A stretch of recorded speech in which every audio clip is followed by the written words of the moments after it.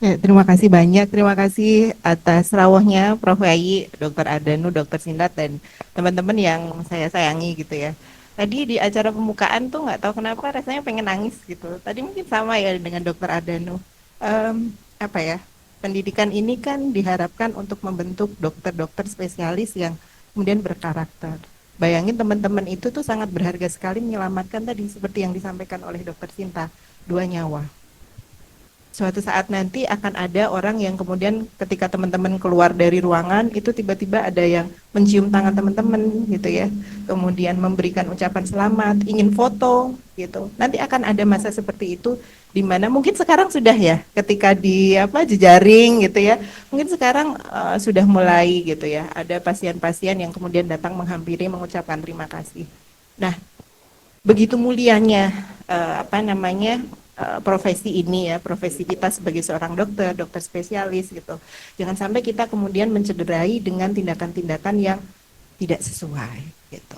Tetapi juga kita tidak kemudian permisif untuk kemudian melakukan semua kegiatan itu dengan oh ini boleh kok, oh ini nggak apa-apa, ini nggak apa-apa, ini nggak apa-apa. Kemudian kita menjadi seseorang yang tidak disiplin. Nah ini kenapa kemudian yang mencetuskan kenapa workshop ini diselenggarakan dan kami tentunya mengundang beliau-beliau yang sangat profesional di bidangnya dan seringkali mengisi ini beberapa kali kemarin juga di saya juga 2 hari belajar dari Prof. Yani kemarin di Hotel Porta terkait dengan perilaku profesional dan hari ini teman-teman juga akan apa namanya mendengarkan kembali beliau. Sebelumnya mungkin kita sering kali ya kalau workshop komunikasi ini jadi member tetap nanti lama-lama mungkin Prof. Yayi jadi gelarnya nambah SPOG ya Prof. Karena sering main di oh ya, SPOG. Jadi nanti bisa ada SPOG honoris causa gitu ada nggak ya Prof ya kira-kira? Ya saya rasa juga teman-teman pasti sudah mengenal ya siapa beliau gitu. Apalagi yang mungkin lulusan dari UGM pasti sudah mengenal beliau. Jadi nanti beliau akan memberikan apa ya kuliah gitu terkait dengan bullying itu apa sih gitu. Kemudian bagaimana kita mampu mengidentifikasi, bagaimana kita mampu menyuarakan, kemudian bagaimana kita mampu untuk apa namanya uh, terbebas gitu jadi jeratan bullying gitu. Selama ini tuh sebetulnya kalau ada pakem-pakem seperti ini tuh masuk bullying nggak ya gitu. Terus apa yang seharusnya kita ubah, apa yang kemudian tetap bisa kita lanjutkan merupakan suatu tradisi yang baik untuk kita lanjutkan untuk menjadi atau membentuk profesi dokter spesialis obsgin ini yang berkarakter gitu ya. Tanpa menunggu banyak waktu ya, saya persilahkan kepada bintang tamu kita. Ini kan dari biru-biru semua, ada yang bersinar gitu ya. Semoga materi Prof. Yayi ini juga menyinari kita semuanya tentang bullying ini. Monggo Prof. Yayi, berikan aplaus kepada Prof. Yayi. Terima kasih Dr. Indah perkenalannya yang membuat saya malu ya. Oke, perkenalkan Ibu, Bapak, dokter calon dokter spesialis. Nama saya tadi sudah diperkenalkan Yayi Surya Prabandari. Sehari-hari dipanggil Yayi. Saya sehari-hari di Departemen Perilaku Kesehatan, Lingkungan dan Kedokteran Sosial di Fakultas Kedokteran Kesehatan Masyarakat dan Keperawatan Universitas Gadjah Mada. Kalau yang sekolahnya di sini, semoga masih ingat. Ya. Saya mengajar di S1 Prodi Kedokteran, di S1 Prodi Gizi dan juga Prodi Keperawatan. Di Obskin beberapa kali juga mengisi untuk spesialis untuk yang komunikasi. Dulu memang saya di Skills Lab, di Skills Laboratory untuk komunikasi. Saya ini memang makhluk langka karena saya bukan dokter, saya seorang psikolog yang tapi sejak tahun 90 saya sudah berada di Fakultas Kedokteran Kesehatan Masyarakat dan Keperawatan. Mudah-mudahan tidak bosen ya, ini karena bula-buli diungkapkan kembali, tetapi ini kalau di pendidikan spesialis memang kita harus betul-betul mendefinisikan, kalau saya bilang ya, mengkonsepkan yang mau kita payungi bahwa ini bukan bully, ini bully itu apa gitu. Karena ini juga agak rancu juga di sekolah menengah dan sekolah dasar, karena saya pernah ditanya oleh seorang guru waktu itu dalam seminar. Beliau memberikan hukuman pada anak didiknya. Hukumannya itu sebetulnya ya bukan berdiri di ujung gitu, enggak. tetapi ditambahi PR-nya. Nah, ditambahi PR-nya kenapa? Karena dia tidak mengerjakan PR. Anak ini kan memang salah, tidak mengerjakan PR. Sementara ini kan dia juga membuat tidak adil pada teman-temannya yang lain, kan temannya yang lain ngerjain PR, dia enggak kok. Sehingga kalau dia dikasih hukuman tambahan PR, kan enggak masalah ya. Tetapi mungkin anak ini enggak tahu ngomongnya sama orang tuanya datang ke sekolah, protes katanya anaknya ini dibully. Kan ini hal yang keliru nih teman-teman ya, mendefinisikan bully dosen ataupun guru ini membuli kan sebetulnya itu adalah bagian gitu ya, karena dia tidak mengerjakan dan dia kan juga kalau dia didiamkan saja ini berarti tidak fair dong pada teman-temannya yang lain, karena dia mengerjakan dengan yang lain mengerjakan kok yang dia enggak gitu ya, jadi dia ditambahi. Dan menurut saya juga tanya hukumannya apa Pak? Ya saya minta untuk tambahan PR-nya gitu, dan supaya dia juga lebih memahami sebetulnya ya, jadi tidak ada yang salah sebetulnya, karena di dalam pendidikan itu memang ada ya, sebenarnya kita tidak sebut punishment ya, tetapi konsekuensi. Kalau telat, kalau kemudian tidak mengerjakan, ini apa yang harusnya dijalani. Ini yang PowerPoint toh Mbak. Baik, untuk membuka, Assalamualaikum warahmatullahi wabarakatuh. Salam sejahtera, salam sehat, dan terima kasih untuk Dr. Ardanu, Dr. Sinta, Dr. Indah ya sudah mengundang, dan ini untuk reminder nih. Ya, saya bisa pakai pointer atau next aja? Next aja. Ya, lanjut. Oke, jadi saya akan menjelaskan ya. Jadi di bullying ini sebetulnya tidak hanya dalam pendidikan, tapi juga di tempat kerja. Kemudian ada cyberbullying, dan saya ingatkan kembali tentang peraturan bullying dan kemudian beberapa kasus bullying di FKKMK yang ditangani oleh KPP, Komisi Perilaku Profesional, dan nantinya bagaimana kita bisa mencegah dan paling tidak mengendalikan supaya ini tidak terjadi. Karena sebetulnya tadi disebutkan oleh Dr. Ardanu dan Dr. Indah, profesi teman-teman itu adalah profesi yang mulia dan harus menyelamatkan 2 nyawa ya. Ya, lanjut. Nah, oh ini pakai PDF ya. Saya kirim PPT ya. Ini nggak jalan filmnya. Iya, enggak apa-apa lah, sudah. Jadi violence ya, bullying itu termasuk kekerasan. Jadi kekerasan ini adalah bisa dalam bentuk kata-kata tadi ya, penampilan ataupun satu kegiatan ataupun tindakan ya, di mana ini mempengaruhi orang yang diperlakukan. Ya, lanjut. Nah, jadi bullying ini sebelumnya, ya, bullying ini dapat dilihat apa bedanya dengan yang tidak. Jadi kalau hanya sekali, ya itu belum tentu bullying.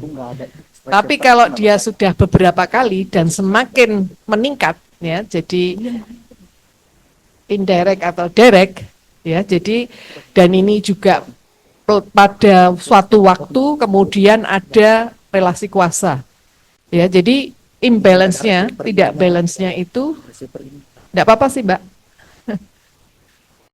Next aja, next. Ya, jadi imbalance-nya itu bisa dari segi jumlah, dari segi ukuran. Oke. Bentar. Oh iya, ini kiri ya. Ini, oh iya, ya, makasih. Oke, kemudian juga peran dan budaya, serta sebagian ini bully itu karena gender, ya, antara laki-laki dan perempuan. Tadi ada masnya dengan bisa ya, ini enggak ada ya. Masnya pergi itu mengandung remote. Ya sudah. Ya, jadi sering ya. Jadi kata kuncinya adalah sering, tidak imbang, dan menyebabkan tidak nyaman. Ya, jadi kalau ini terjadi, apa beda nih? Oh, ya. Saya ke sini, jadi perundungan itu ada yang non-verbal, verbal, langsung, tidak langsung, dan cyber. Nanti di peraturan menteri agak beda sedikit ya, tetapi ini saya jelaskan dulu yang langsung. Yang langsung ini adalah tatap muka, Biasanya ini terjadinya bisa verbal, jadi menghina, merendahkan, meremehkan, ya, jadi gitu aja nggak bisa, ya. Tapi kalau ini diucapkan teman sama teman, tapi sambil ketawa yang membalas juga, gitu aja nggak bisa. Ya kan kamu tahu aku memang nggak bisa, gitu kan nggak apa-apa, ya. Tetapi kalau gitu aja kok nggak bisa, ya wajahnya aja sudah tidak ramah gitu ya. Jadi ini juga belajar nggak sih Mas? Ini baru. Ya, tetapi kalau kalau gitu aja nggak bisa, gitu masih senyum gitu ya, itu nggak apa-apa. Ya. Ya kalau dokter Ardhanu bilang begitu gitu aja nggak bisa, belajar nggak sih? Tapi senyumnya masih lebar begitu ya sudah ini paling kita harus belajar gitu ya. Nah, psikologis memainkan mata di sinetron itu kadang-kadang ada ya, dilihat dari bawah sampai atas. Ya, sifatnya merendahkan ya. Jadi itu sinetron Indonesia ya. Ya, saya soalnya pernah sengaja kebetulan waktu itu ada kerjaan di Aceh dapat hotelnya hotel yang melati adanya cuma SCTV apa ya saya agak ingat itu terus malam itu ya lagi bosen gitu wah nonton aja bah, lah kok kayak gini ya sinetron itu. Jadi berpenampilan kotor sengaja, yang lain bersih ini sengaja gitu ya. Jadi apa ya, mengintimidasi gitu ya. Bahwa saya dengan penampilan seperti ini, kemudian kenapa kamu mau marah sama aku, bajunya kayak gini gitu ya. Itu ini juga termasuk. Nah, fisik mendorong, memukul, menyerang. Saya pikir kalau sudah tingkat residen tidak ada, tapi ternyata ada. Okay. Jadi ini sebetulnya banyak terjadi di SD, SMP, SMA. Jadi anaknya dipalak, diambil makanannya, didorong, ya itu sering terjadi di SMP, SMA. Oleh karena itu Kementerian Pendidikan juga sedang memberikan apa namanya, ada modul sendiri untuk guru SD, SMP, SMA untuk pencegahan bullying ini.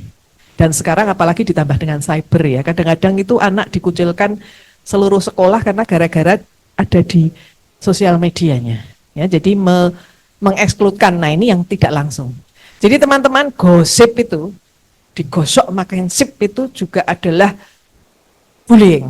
Ya. Jadi merendahkan seseorang. Kalau kita menggosipin tapi yang positif enggak apa-apa. Ya, tetapi kalau kita menggosipin, apalagi terus gosipnya itu termasuk ini, mengatakan pada orang lain enggak usah sama dia. Dia itu enggak usah diajak. Ya, jadi ini juga. Nah, kalau ada satu kelompok dan kemudian dia melakukan kesalahan, kenapa nggak diberikan feedback, gitu ya? Bukannya kemudian dia ditinggalkan, sudahlah nggak usah sama dia, nggak usah diajak. Ya, jadi bullying itu nggak harus kata-kata yang kasar, nih. Tapi perbuatan kita dimasukkan ke grup tapi nggak pernah disapa, diajak rapat tapi sama sekali tidak juga diberikan kesempatan untuk bicara. Oke, jadi itu juga eksklusi, ditinggalkan, dihindari, ini juga perundungan. Oke, saya baru saja webinar dengan waktu itu untuk umum sih sebetulnya, tapi kemudian besoknya saya di WhatsApp ada salah satu mahasiswa bukan dari FK, tapi dia kebetulan mendengarkan seminarnya dan dia mengalami ini. Ya, jadi dia didiemin satu angkatannya. Terdiri ini karena mahasiswa pasca hanya terdiri dari 15-an orang sih. Tetapi meskipun cuma 15 ditinggalkan nggak pernah disapa. Ini juga sangat tidak menyenangkan. Saya juga pernah dikonsuli waktu itu belum zamannya bullying, tapi ini anak S1, kelompok tutorial. Kebetulan dia memang bukan dari kota besar.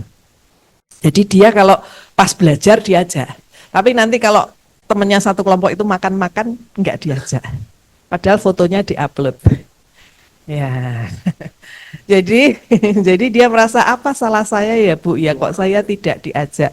Waduh, nah ini saya kalau ditanya ya tidak tahu ya, tetapi saya hanya memberikan begini. Terus akhirnya saya tahu bahwa dia bukan dari kota besar, mungkin ada dua hal ya, kita tidak boleh terus negatif juga dengan kelompok yang tidak mengajak gitu ya, jangan-jangan ini nggak diajak, nanti kalau mereka iuran ini tidak bisa gitu ya, mungkin. Tapi ini kan tidak bagus juga ya, saya hanya berdiskusi waktu itu dengan Kaprodi, supaya dia dicoba untuk semester berikutnya, untungnya sudah mendekati akhir semester, supaya dia pindah kelompok. Ya. Jadi saya dari segi sistem membantunya gitu, karena untuk mengundang mereka, kenapa mereka melakukan seperti itu pada yang bersangkutan, nanti kalau tahu bahwa dia yang melaporkan juga, ini kan juga tidak bagus.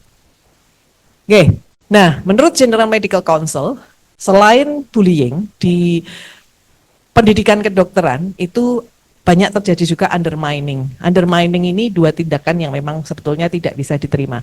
Undermining adalah tadi yang sebetulnya bully yang awal saya contohkan tadi, tetapi ini lebih ke dia mengecilkan, melemahkan, menghilangkan rasa percaya diri. Ya, jadi ini banyak terjadi. Mungkin tidak hanya di kedokteran ya, dosen-dosen zaman dulu itu mungkin juga begitu ya. Mohon maaf ini pada senior-senior saya juga gitu ya. Jadi itu aja ndak bisa gitu. Belajar nggak tahu otaknya di mana. Jangan-jangan cuma di dengkul kalian gitu ya. Nah ini adalah undermining. Dulu guru saya SMA itu ada yang kalau memanggil muridnya, munyok satu, munyok dua gitu ya. Akhirnya kita itu memparati apa mengidentifikasi guru itu sebagai Pak Munyok gitu. Karena ya semuanya dipanggil munyok gitu ya. Jadi kalau yang nggak tahu munyok, monyet ya. Munyok itu bahasa Jawa gitu ya. Jadi tapi beliau nggak galak sih. Cuma kita hanya kok dipanggilnya munyok ya. Kenapa masih ada undermining dan bullying ini? Kurangnya kesadaran mengenai tindakan apa saja yang tergolong pelecehan ataupun undermining atau bullying baik korban maupun pelakunya. Kemudian juga rasa takut dari korban, adanya pembalasan, terutama bila pelecehan, bullying, kemudian undermining itu dilakukan dengan orang yang hierarkinya lebih tinggi, otoritasnya lebih tinggi, dan kurang adekuatnya support system, ya, terutama pelaporan. Tapi kita sudah punya sekarang. Dan pelecehan, bullying, undermining ini budaya sehingga seringkali dimaklumi baik oleh korban, pelaku maupun saksi. Nah ini sebetulnya pelaku itu ada beberapa. Yang pertama adalah yang melakukan. Nah yang follower itu dia tidak melakukan langsung, tapi dia ada di dekatnya, atau kalau di situ gitu kalau di WhatsApp gitu ya. Jadi tidak ikut ngomongin, tetapi terus ngirim emoticon, ya. Yang supporter ini kalau anak-anak gitu ya, kalau anak-anak SMP SMA itu ada temennya yang mukul, dia langsung ngeplok-ngeplok. Tapi kalau ini ya dia hanya satu kelompok aja, satu kelompok ya. Ya, jadi supporter ini dia tidak aktif ya. Kalau yang ini melihat tapi tidak ikutan. Kalau yang ini tuh ya hanya melihat gitu ya. Jadi ada dua teman, yang satu ngomongin, yang satu cuma diam saja, yang ini rombongan cuma lihat. Nah, ini adalah supporter. Pasif, kebetulan lewat, lihat tapi tidak berbuat apa-apa. Ya. Kemudian kalau ini possible defender sebetulnya aku pengen bantu gitu, tapi nggak tahu caranya gimana. Ya. Kalau yang ini dia langsung membantu. Ya, biasanya mungkin kenapa kamu melakukan itu gitu ya. Jadi kalau nah ini kalau ini meninggalkan begitu saja. Jadi ini bullying circle ini memang kadang-kadang ada penonton-penontonnya yang tidak berbuat apa-apa.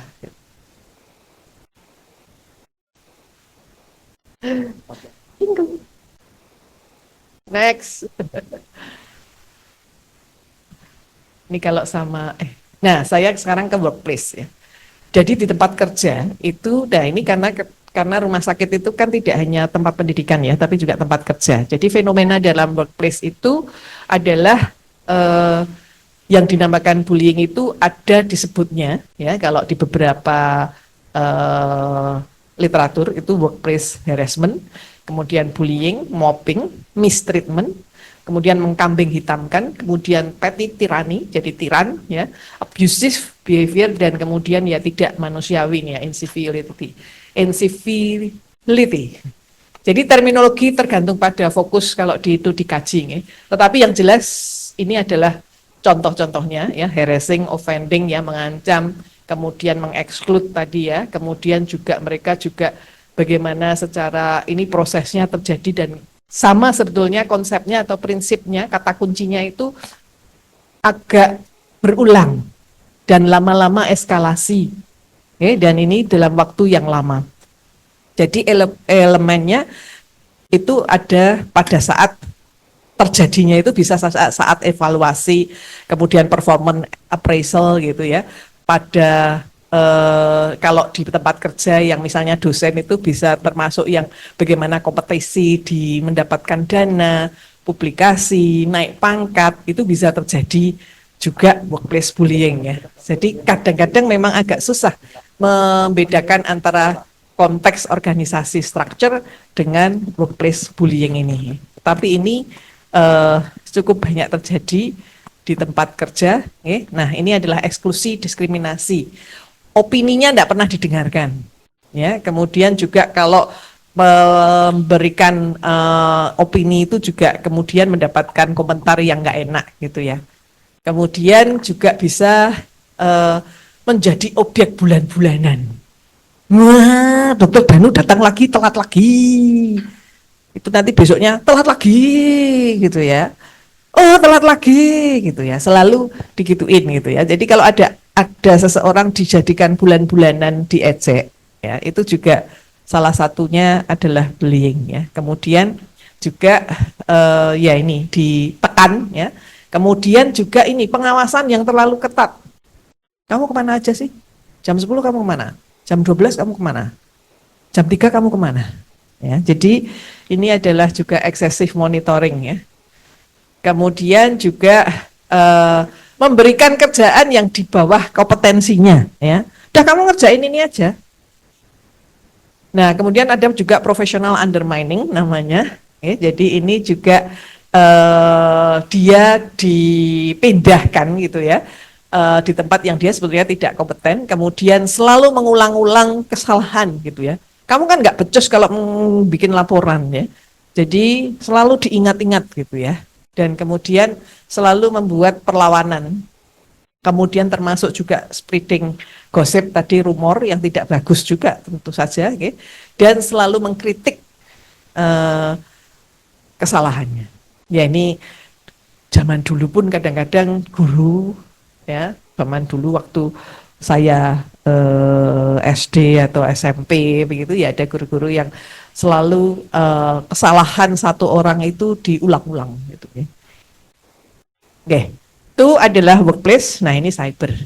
Cyber ini juga satu perilaku yang agresif yang menggunakan elektronik ya, dan ini bisa oleh seseorang ataupun beberapa orang, dan kadang-kadang yang agak susah cyber ini anonim. Okay. Jadi ini mengancam misalnya, kemudian mengirimkan rasis ya, tentang perempuan, tentang laki-laki, sebetulnya dia itu perempuan apa laki sih gitu ya. Jadi ini juga homofobik ya, kayaknya loh dia itu begitu loh gitu ya. Jadi ini diomongin satu grup gitu ya. Yang seksis ini kami baru saja dapat satu kasus nih. Kebetulan yang bersangkutan ini, ya mohon maaf, dia sudah melakukan pelecehan. Nah, itu kesalahan yang bukan kesalahan, itu yang dilaporkan pertama. Tapi yang kedua, dia kemudian mengirimkan hasil pelecehannya itu disebarkan di satu kelompok. Ternyata yang bersangkutan tuh maaf ya, payudaranya paling gede loh di antara kelompok-kelompok ini. Ya, jadi ini kemudian ya kalau di kami yang saya kan sekarang di PPKS nih, di pencegahan dan penanganan kekerasan seksual, itu mengirim, mohon maaf nih, gambar alat kelaminnya, jadi difoto, dikirim ke ceweknya. Kemudian saya nggak tahu dapatnya dari mana, itu kartun, tapi kartun yang seksis. Dan kartun yang isinya adalah ada penetrasi gitu ya, tapi kartun. Ya. Untungnya Donald Duck nggak bikinnya. Kalau Donald Duck bikin itu bukan, kalau nggak salah, kalau nggak dari Korea atau dari mana gitu ya. Jadi, tapi kok bisa dapat gitu, okay? Kemudian jadi sengaja memvideo dia pas lagi makan banyak atau apa gitu ya. Jadi ini membuat malu gitu ya, hiding, kemudian merekam. Nggak tahu mungkin Dokter Sinta lagi makan lahap sekali begitu kan. Nah, terus ini disebarkan. Ya. Atau sebetulnya lagi seneng-seneng, lagi goyang gitu, tapi ini videonya kemudian disebarkan. Ya, kemudian juga menyebarkan kata-kata yang mungkin membuat sedih, membuat kecewa. Kadang-kadang juga ada di online games, tapi dia kemudian disisihkan gitu ya. Nah, exclude juga termasuk melawan ya. Atau begini, bikin grup tapi kemudian bikin subgrup. Yang itu nggak usah diajak ya. Oke, kemudian voting untuk supaya orang itu dibenci gitu ya. Jadi kemudian juga membuat akun yang palsu ya, atau menggunakan orang lain. Ini sekarang banyak tapi untuk penipuan gitu. Jadi beberapa dosen kemarin sempat memposting fotoku jadi profilnya orang lain ya. Jadi ini juga banyak ya. Saya juga sempat gitu. Untungnya kalau Prof. Ova itu tahu kalau saya manggil secara pribadi kan jarang memanggil lengkap. Jadi itu pakai pakai profil saya tapi manggilnya Prof. Ova lengkap. Terus Prof. Ova malah kirim saya, "Yi, kayaknya profilmu dibajak." Gitu ya. Karena kamu kan memang enggak pernah. Ya, saya enggak ngirim beliau gitu kan. Oke, nah ini kenapa kita bicarakan di sini karena dampaknya ya. Mereka menunjukkan tingkat kepercayaan diri yang rendah, tingkat depresi yang tinggi, dan absensi yang tinggi ini kalau di tempat kerja. Dan kalau depresinya ini tidak tertolong, maka akan kemungkinan mempunyai ide bunuh diri dan sudah terjadi sebetulnya teman-teman. Dan mereka pekerja yang sempat untuk dibully di tempat kerja, itu ketidakpuasannya sangat tinggi ya, jadi level kepuasan kerjanya itu rendah gitu ya, dan kemudian juga kecemasan dan depresi, dan sebagian akhirnya keluar dari pekerjaan. Pada tahun 2004 Tehrani ini meneliti ada 67 profesional kesehatan yang mereka identifikasi mereka sudah dibully, 44% mereka mengalami PTSD ya, jadi post traumatic stress disorder. Ya, jadi ini adalah beberapa bullying type juga. Kenapa ini? Tadi sudah ya ini ya. Ya. Kok balik? Ini sudah pada pencegahan. Oh, ini dampaknya. Ya, ini saya lewati aja tadi sudah. Nah, ini adalah yang dari Kementerian Kesehatan, teman-teman. Jadi pedoman ini diharapkan jadi acuan. Selanjutnya dapat digunakan sebagai instrumen untuk meningkatkan kepedulian dan sarana edukasi. Jadi ini ditujukan pada sasaran ini pimpinan, tenaga pendidik, pegawai, dan peserta didik di lingkungan pendidikan. Nah, di sini disebutkan sebagai perundungan adalah segala tindakan yang merugikan peserta didik yang dilakukan oleh satu orang atau sekelompok orang di luar atau yang tidak berhubungan dengan proses pendidikan, penelitian, dan pelayanan. Nah, ini yang akan kita diskusikan nanti ya. Jadi sebetulnya yang masih berhubungan itu yang mana, yang tidak yang mana gitu. Pencegahan adalah supaya itu tidak terjadi. Penanganan adalah tindakan yang dilakukan untuk mengatasi tindakan ini. Nah, pendampingan karena yang korbannya itu tadi kan efeknya tadi stres, depresi, cemas gitu ya. Sehingga ini ada pendampingan ditawarkan, perlindungan juga pemenuhan hak dan pemberian bantuan untuk memberikan rasa aman. Jadi mungkin jaganya jadi dipisah ya. Jadi ini bentuknya perundungan kalau yang dari kementerian perundungan fisik yaitu memukul, mendorong, menjambak, menendang, mengunci dalam ruangan, mencubit, mencakar Perundungan verbal, mempermalukan, merendahkan tadi ya, belittlement atau kemudian juga undermining itu masuk di perundungan verbal kalau yang di Kemenkes ini. Kemudian tadi perundungan cyber, sementara yang tadi di workplace itu ada di verbal dan ada yang di non fisik. Nah, yang non fisik ini adalah mengucilkan, mengabaikan, mengirim surat kaleng, memberikan tugas jaga di luar batas wajar, meminta pembiayaan kegiatan kurikuler, ekstrakurikuler, atau pengeluaran lainnya di luar biaya pendidikan yang ditetapkan. Ya, ini yang agak sedikit beda dengan konsep bullying yang general Karena kalau yang general tidak membicarakan ini, kalau surat kaleng masih lah, mengucilkan, mengabaikan itu masih. Cuma yang minta tugas jaga, meminta biaya ini khusus Kementerian Kesehatan Indonesia. Ya, nah ini kasus yang dilaporkan ke KPP, teman-teman Jadi jenis bullyingnya ada yang non fisik dan non verbal. Ya, ini yang menservis mobil senior dan tidak ngasih duit, tentu saja. Kalau cuma minta tolong karena seniornya ini repot banget dan ini memang harus saatnya, sementara yang juniornya juga sudah saya serviskan aja tapi tetap ngasih duit gitu, mungkin ini bukan ya. Nah, ini kemudian juga menyuruh mengantar postinor ke sebuah hotel untuk senior. Dan yang sangat tidak bertanggung jawab adalah ini. Meminta ngetes COVID pada juniornya. Karena dia mau pindah. Nah ini sayangnya ini pas pandemik juga. Jadi ini sangat tidak profesional.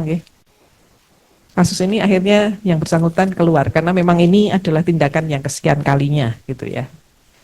Jadi dan tidak mengaku tadinya. Wajahnya kebetulan hampir mirip antara senior dan junior sehingga KTP-nya itu mungkin yang ngetes COVID ya nggak tahu gitu ya. Tapi ini yang akhirnya juniornya ini karena dia sangat ketakutan ya kalau seniornya ini negatif. Kalau positif, jadi akhirnya juniornya ini melaporkan pada chiefnya. Jadi akhirnya ini ya sampai pada kami gitu ya, karena ini sangat tidak bertanggung jawab nih. Ini pas pandemi loh. Ya kalau memang yang senior itu negatif, kalau dia positif, dia akan menolong pasien.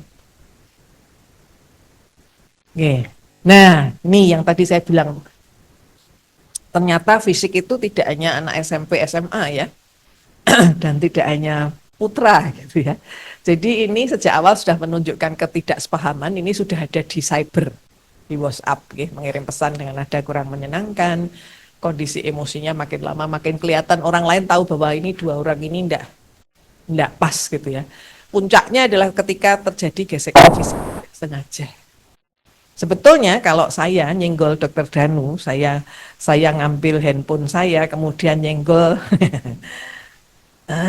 gitu, nggak sengaja gitu kan. Kalau sama-sama tidak ada emosi kan nggak apa-apa. Cuma, sorry ya, gitu kan, selesai. Tapi ini cuma nyenggol seperti itu loh, diawali dengan nyenggol seperti itu. Tapi karena dua-duanya ini sebelumnya sudah panas, jadi ini kayak pemicu, gitu ya. Jadi langsung kamu itu kok nyenggol ya. Nah itu kemudian disambut dengan juga tidak bagus juga gitu ya. Jadi akhirnya loh kamu kok berani sama aku, akhirnya jambak-jambakan. Ya. Dan ini waktu perawatnya mau melerai itu sudah tidak ketahuan, sayangnya memang juga CCTV-nya juga pas rusak. Jadi waktu kami periksa itu tidak ada yang ngaku yang pertama siapa. Yang pertama memulai gitu, tapi memang kalau ceritanya mulai dari yang kesenggol sedikit itu sama. Tapi begitu sudah jambak dan nendang ini, tidak ada yang ngaku yang mana yang duluan. Gitu ya. Jadi ini dua-duanya yang kami berikan konsekuensi.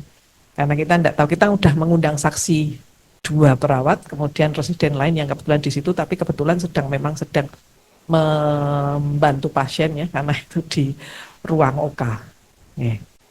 Jadi ini adalah hal-hal yang sebaiknya tidak terjadi. Nah, yang ini yang agak baru juga ini ya, berawal dari satu kesalahan yang menjadi konsekuensi satu angkatan dan yang bersangkutan itu ditegur langsung, tapi sebetulnya berusaha untuk mengignore gitu ya yang ditegur ini ya. Jadi dia tidak menjawab, tapi rupanya itu justru memicu kemarahan. Jadi pada saat dia mendorong pasien, diambil, kemudian dipukul. Dan ini memang saya bilang tidak seimbang karena sebenarnya tidak berkelahi. Kalau yang ini tadi benar-benar dua-duanya ya. Jadi perawat itu juga, saksi perawat waktu kita tanya juga dua-duanya itu sama-sama gitu. Kalau yang ini hanya dipukuli gitu ya. Jadi yang satu tidak membalas sama sekali gitu ya. Jadi ini tidak imbang. Ya. Nah, bagaimana pencegahannya? Jadi kita memang mesti menelaah penyebabnya. Ya. Kenapa ada itu? Tidak ada asap, tidak ada apinya. Sehingga kita memang perlu mendefinisikan batasan yang disebut bully itu apa.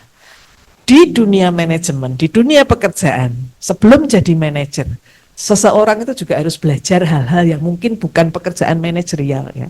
Saya contohkan salah satu contoh ini di buku manajemen ya, di Disneyland yang LA, itu para manajer itu harus pernah menjadi tukang karcis di wahana-wahananya. Ya, supaya mereka tahu apa. Itu ada tujuannya supaya mereka tahu pelanggannya itu siapa. Bagaimana proses di lapangan ya, dimana kalau hari libur itu kalau di Disneyland antri panjang. Ya, jadi sehingga dia harus mesti tahu itu harus diapain gitu. Jadi kadang-kadang mungkin memang ada pekerjaan-pekerjaan untuk R1 yang memang harus dikerjakan dan mungkin bukan termasuk kompetensi yang utama. Tetapi Tetapi kalau itu masih berhubungan dengan pendidikan, pelayanan, dan ini kita berikan secara transparan, maksudnya bahwa tahun pertama itu Anda harus begini A, B, C, D, E. Itu ya. Jadi kalau menurut saya itu bagian dari pendidikan. Tentu saja memberikannya adalah tetap di bawah koridor batas-batas dan kemudian jam yang sesuai gitu ya. Jadi tuh, kemudian juga ada juga begini, pekerjaan yang sama sekali tidak ada hubungannya sama pendidikan pelayanan, tapi mungkin itu kadang harus dilakukan. Mengambil makanan dari Pak GoFood. Ya. Itu akan jadi bully kalau memang disengaja. Dan memang sebetulnya harusnya dia bisa mengambil sendiri. Tapi kalau yang bersangkutan ini sedang menangani pasien, gawat darurat lagi. Dan pada saat dia pesan itu dia tidak tahu ada pasien gawat darurat. Jadi kita mesti lihat konteksnya. Konteksnya itu adalah apakah itu memang diperlukan. Okay. Sama misalnya mengambil baju senior. Kalau yang senior itu bajunya habis kena mungkin cipratan darah dari atau air ketubannya seorang pasien ya, dan dia memang harus menangani selanjutnya. Nah ini kan ngambil baju kan tidak masalah sebetulnya. Tetapi kalau dia ngambil baju di kos-kosanku ya, tapi sebetulnya si senior itu juga lagi santai aja gitu ya. Ini jadi konteksnya beda.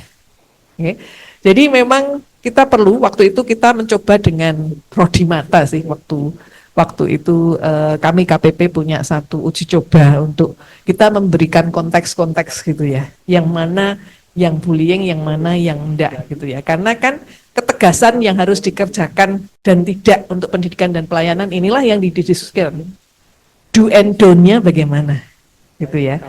Jadi kita harus melihat konteksnya. Kemudian transparansi pendidikan, kalau menurut saya diperkenalkan sejak awal. Kalau sudah masuk di profesi ini, dan ini tiap prodi mungkin punya keunikan.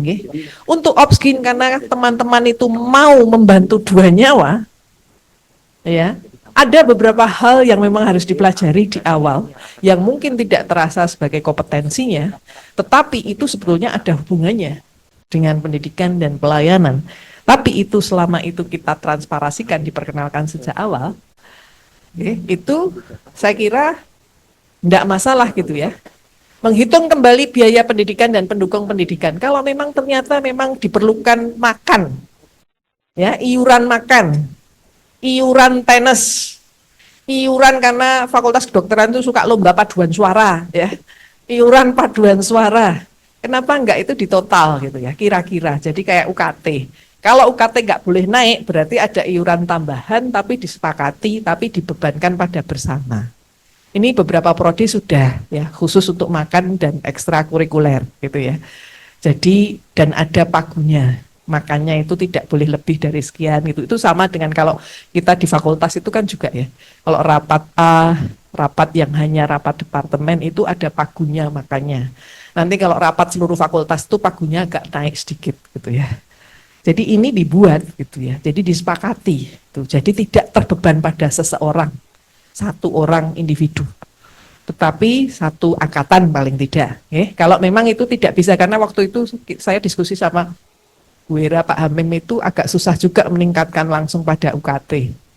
Kalau memang ada iuran, karena toh seperti anak saya di SMA itu kan ada di luar SPP kan ada uang kegiatan ya yang harus dibayarkan oleh orang tua ya, jadi itu enggak apa-apa tapi sepakat gitu ya, mungkin juga agak tinggi sedikit tapi itu diperlukan juga gitu. Ubah iklim kampus, menurut saya hierarki itu enggak masalah asal menghormati senior itu kan kalau budaya Asia memang ya kan, saya harus menghormati yang lebih tua gitu ya, tapi menghormati, dan yang lebih tua itu jangan sok kuasa. Yang penting adalah itu, sehingga tidak mempergunakan keseniorannya untuk melakukan hal-hal yang ada relasi kuasanya gitu. Saya mentang-mentang saya senior, saya menyuruh-nyuruh yang banyak yang sebetulnya itu tidak termasuk di dalam tadi pelayanan pendidikan tadi. Tetapi kalau menurut saya kita tetap harus ada, sehingga itu bukan jadinya itu dengan senior itu bukan takut, tapi betul-betul menghargai gitu ya. Jadi itu yang sebetulnya yang kita harapkan. Ya. Jadi mengembangkan norma untuk bertindak dan kami sudah membuat panduan klinik bermartabat ini untuk dosen, tenaga kependidikan, mahasiswa dan civitas hospitalia yang lain. Jadi tidak hanya mahasiswa loh ya, dan aturan untuk dosen malah lebih banyak daripada mahasiswa. Ya, jadi kami itu juga perlu juga untuk merefleksikan diri, komitmen dari prodinya, dan memang sebaiknya secara komprehensif melibatkan seluruh komunitas, masyarakat, kampus, dan juga rumah sakit. Ini yang agak a little bit complicated.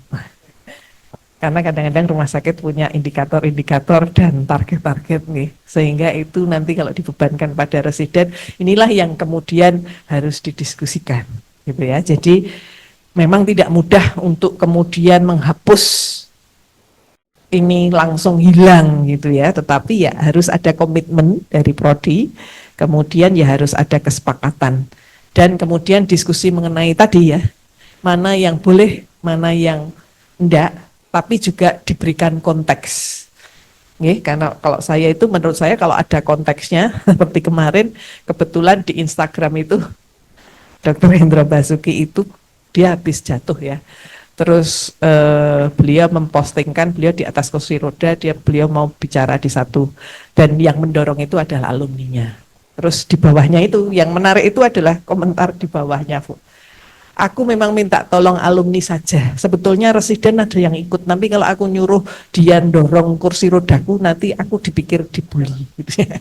Terus saya bilang, terus ya komentarnya di bawahnya ada beberapa dokter. Enggak dong, kan dokter memang perlu didorong. Itu kan memang kebetulan kursi roda yang ada di airport ya, bukan yang, kan sekarang kursi roda banyak macamnya. Okay. Tapi itu yang harus memang didorong. Dan saya kira kalau mendorong seniornya yang memang sedang punya masalah di kakinya kan ya enggak apa-apa gitu ya. Jadi hal-hal yang seperti itu jadi konteks gitu ya, dan memang sebetulnya bagaimana caranya kita bisa menghormati ya, tetapi bukan yang dihormati itu juga bukan kemudian menggunakan kehormatan itu untuk melakukan hal-hal yang tidak disepakati gitu ya. Jadi itu, dan ini yang sudah kita buat sekarang ini sedang revisi.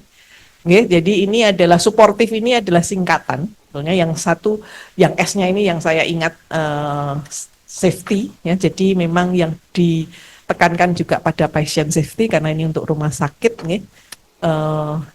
U-nya itu saya agak lupa ya, nanti akan diberikan. Nah, di samping itu, di Universitas Gadjah Mada dan juga di Fakultas Kedokteran ini kami mengimplementasikan Health Promoting University, di mana memang di prodi-prodi ini diharapkan juga ada aktivitas fisik, karena teman-teman ini kan pekerjaannya apalagi kalau operasi ya, itu kan butuh kebugaran, butuh pola makan sehat. Makanya tadi iuran tadi itu menurut saya itu sebaiknya supaya tidak yang jaga itu cuma dapat mie instan.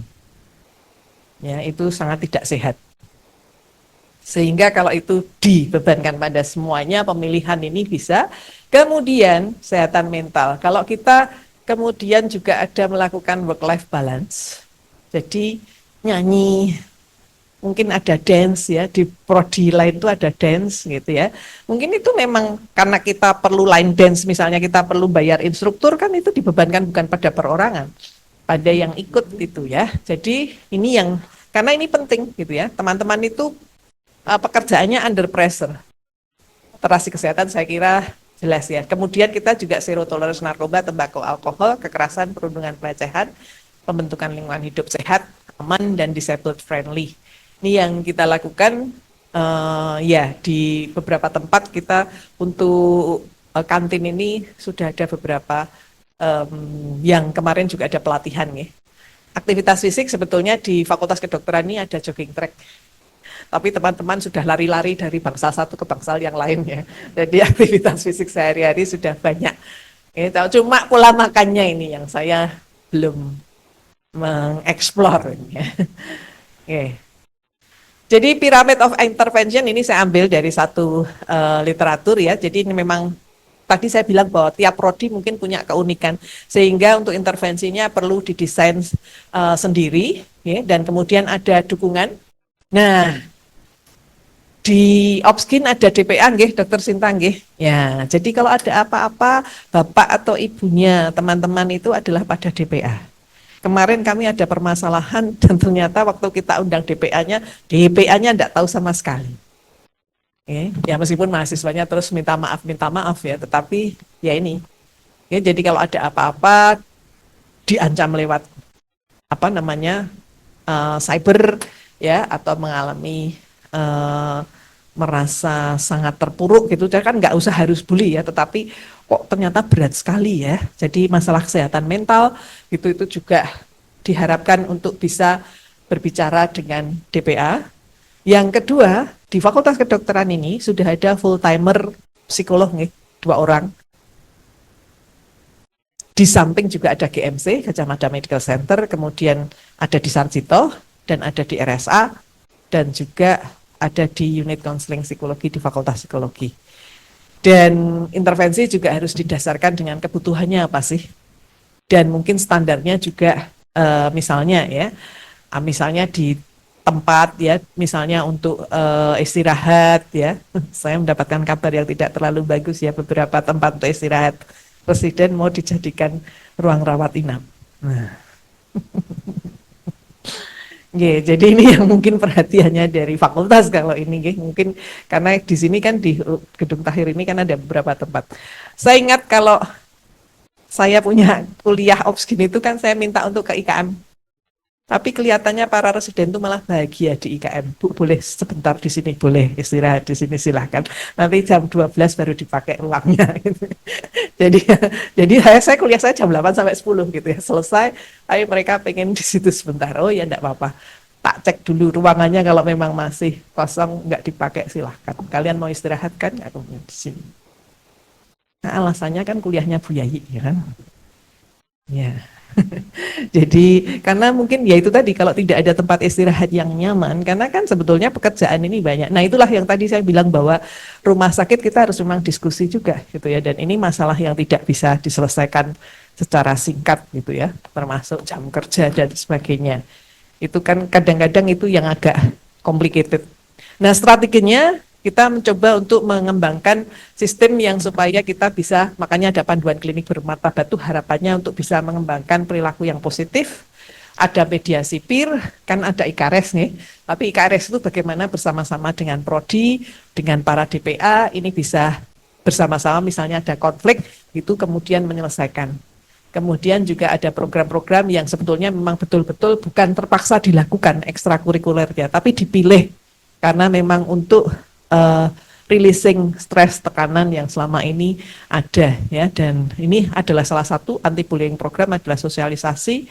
Kemudian juga mungkin perlu ada juga mentoring. Ini kalau kami di S3 sudah ada mentoring, tapi untuk S3 nah ini mungkin kan sebetulnya senior itu diperlukan untuk mentoring, tapi mungkin juga perlu dibekali untuk memberikan umpan balik yang positif gitu ya. Kemudian juga apa yang harus dilakukan ini juga mungkin perlu di-remind lagi. Ya, saya kira itu, tapi teman-teman kalau ini nanti slide-nya diperoleh, bullying itu tidak hanya terjadi di Indonesia, di Amerika terjadi, ya, ini surveinya banyak ini, 4.000-an, 1.700 itu yang mengalami, ya. Dan nah ini yang sayangnya kalau di sana itu yang sering mengalami adalah banyak direportkan oleh perempuan, bukan kulit putih, ya, ini di Amerika, ya. Kemudian pendek, shorter than 5.8 inci, dan kemudian BMI-nya 25, di atas 25. Jadi mereka itu yang punya keunikan di tubuh, ya. Kemudian wanita ini yang paling sering dibully, dan yang membuli itu adalah, ini malah menarik ya. Jadi seniornya, kemudian perawat malahan, ya. Pasien, baru temannya, baru konsultan, baru staf. Ya, ini di Pakistan. Pakistan yang terbanyak adalah verbal dan pelaku terbanyak adalah konsultan. Ya, jadi malah bukan seniornya. Nah, di Calgary, di Kanada ini ditanya mereka yang sudah jadi family doctor ya, jadi alumninya. Apakah mereka pernah mengalami intimidasi, harassment atau diskriminasi? Ternyata hampir 50% juga nih selama masa pendidikan spesialis. Pelaku terbanyak adalah konsulennya, dokter spesialis, perawat. Residen lainnya itu nomor 3. Kemudian pasien, ya entah kenapa pasien ini juga di beberapa juga menjadi pembuli ya. Nah, di UK ini juga diskriminasi, harassment, stereotyping ini juga banyak di etnik minoritas. Ini memang etnik minoritas ini agak ya kasihan gitu ya kalau di negara-negara maju. Okay. Nah, di Arab ternyata juga seperempat juga mahasiswa ini mengalami bullying selama mereka di clinical pembelajaran ya. Ini 60% adalah lebih ke verbal, 6% seksual, dan 4% fisikal. Di dokter gigi juga ternyata, jadi ini mereka adalah common preparator diikuti oleh teman sejawat dan juga staff. Oke, ini juga sama di dental schools, jadi tetap ada ya. Jadi highlight intimidasi dan bullying adalah cukup prevalen di dalam teaching dan learning environment. Jadi Bapak Ibu itu memang terjadi di seluruh dunia. Dan ini untuk menghapusnya memang tidak terlalu mudah. Saya kira itu, nanti kalau ada pertanyaan monggo sementara saya tutup. Wassalamualaikum warahmatullahi wabarakatuh.